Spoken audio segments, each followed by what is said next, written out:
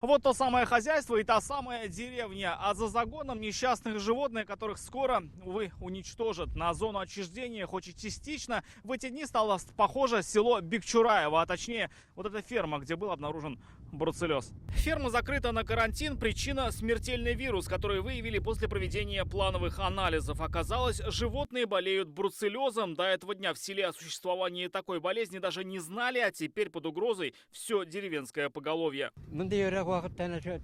Такого никогда не было, а мне уже 70 лет. Только в моем раннем детстве в деревне вводили карантин, но о бруцеллезе даже не слышали. Дурак только не боится. Как не боишься? Если вот там пишут, там заражает тудым-сюдым. Наверное, откуда-нибудь какой-нибудь, наверное, скотину привезли больную, и все. Я то так думаю. Сейчас огорожены все подъезды к ферме. Анализы крови взяты в личных подворьях сельчан. Это 202 коровы. Пока не будут готовы результаты, их молоко нельзя сдавать. Нет, сейчас не сдают молоко.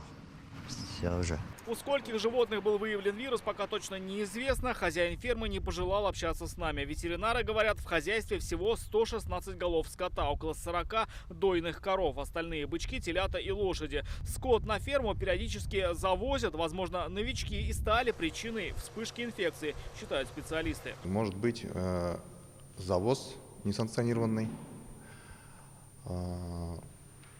Инвестор принял решение все поголовье отправить на убой.